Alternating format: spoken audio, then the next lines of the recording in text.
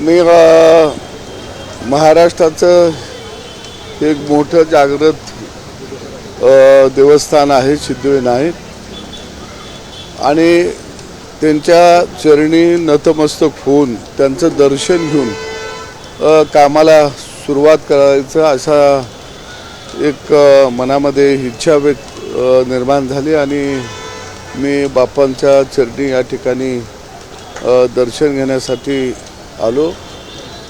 निश्चितच राज्यातील शेतकरी, शेतमजूर, गावगाड्यातील काबाड कष्ट करणारी माणसं यांच्या आशीर्वादाने मला इथपर्यंत पोहोचता आलं। या राज्याचे नेते आदरणीय देवेंद्रजी फडणवीस यांनी गावगाड्यातील चळवळीतील एका फटक्या माणसाला शेतकऱ्याच्या बांधावरून मंत्रालयाच्या बांधावरती आणून उभा केलं आणि निश्चितपणाने गावगाड्याचा प्रश्न भविष्य काळामध्ये सोडवण्याच्या दृष्टीने या ठिकाणी प्रयत्न केले जातील। आज राज्यामध्ये शेतकऱ्यांचे अनेक प्रश्न आहेत। मग कपाशीचा प्रश्न आहे, कांद्याचा आहे, दुधाचा आहे, ऊसाचा आहे आणि त्याचबरोबर गावगाड्यातील तरुणांचाही प्रश्न आहे। त्यांच्या हाताला रोजगार मिळाला पाहिजे, ते उद्योजक झाले पाहिजेत, ही भावना ठेवून चळवळीमध्ये मी काम केलं। निश्चितपणाने याला भविष्य काळामध्ये चालना देईल।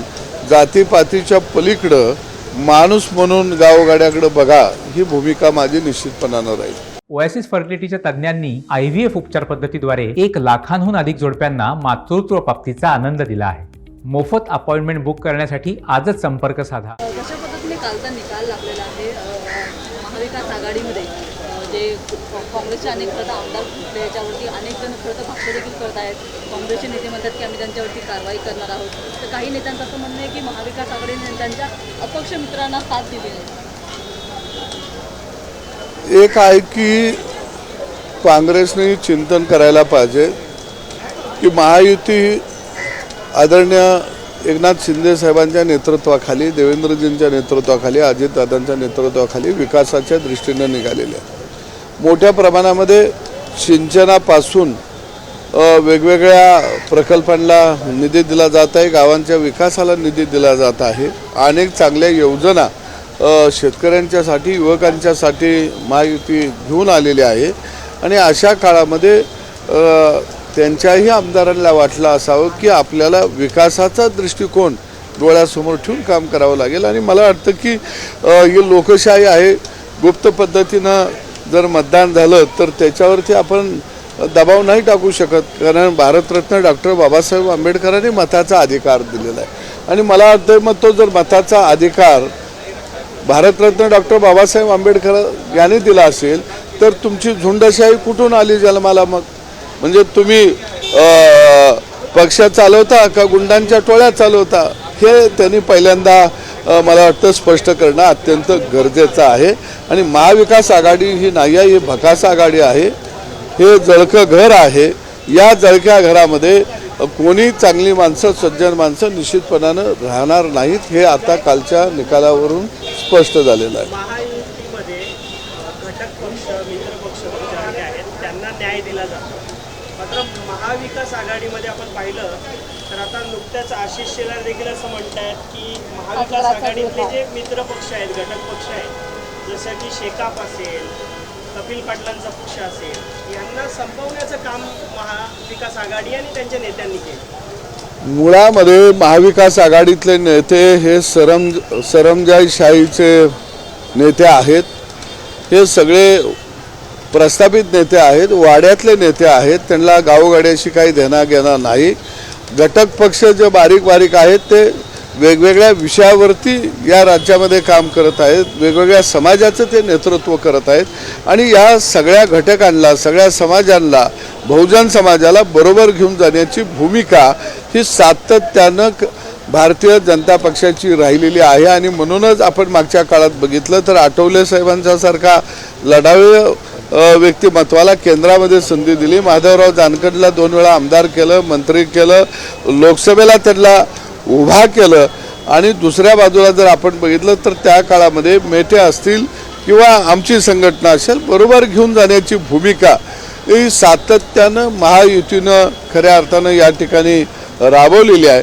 तुमच्या लक्षात आलं असेल लोकसभेच्या निवडणुकीवरून किती लोकांना तुम्ही धनगर समाजाच्या नेतृत्व दिलेलं होतं, किती लोकांना आज त्यांनी प्रतिनिधी धनगर समाजाचे आमदार म्हणून आज सभागृहामध्ये किती लोक आहेत याचा एकदा आकडा महाविकास आघाडीनं खऱ्या अर्थाने जाहीर करणं गरजेचं आहे. जयंत पाटील हे शेका पक्षाचे वरिष्ठ नेते आहेत.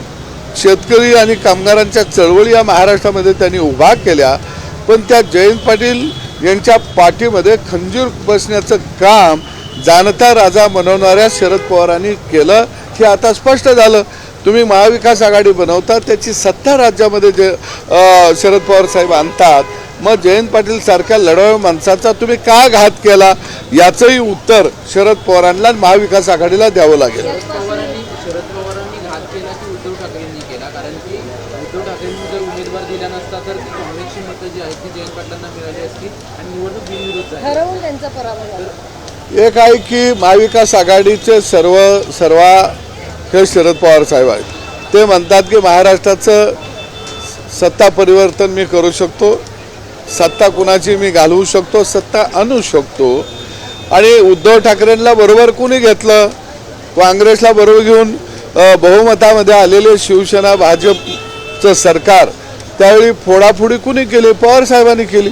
म्हणजे स्वतःकडे सत्ता येत असेल तर त्या ठिकाणी वाटेल ते करण्याची तयारी पवारांची असती, परंतु या राज्यातला शेका पक्ष मुळामध्ये संपवण्याचं काम हे खऱ्या अर्थानं शरद पवारांनी केलं.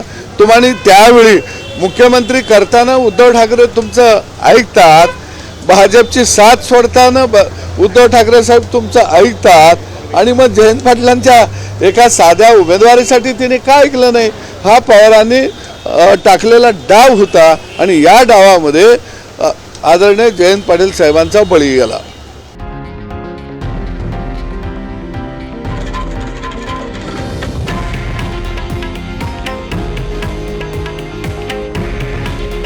हे आहे देशातील नंबर 1 न्यूज नेटवर्क आणि आपण पाहत आहात TV9 मराठी. काळजी तुमची, हित महाराष्ट्राचं.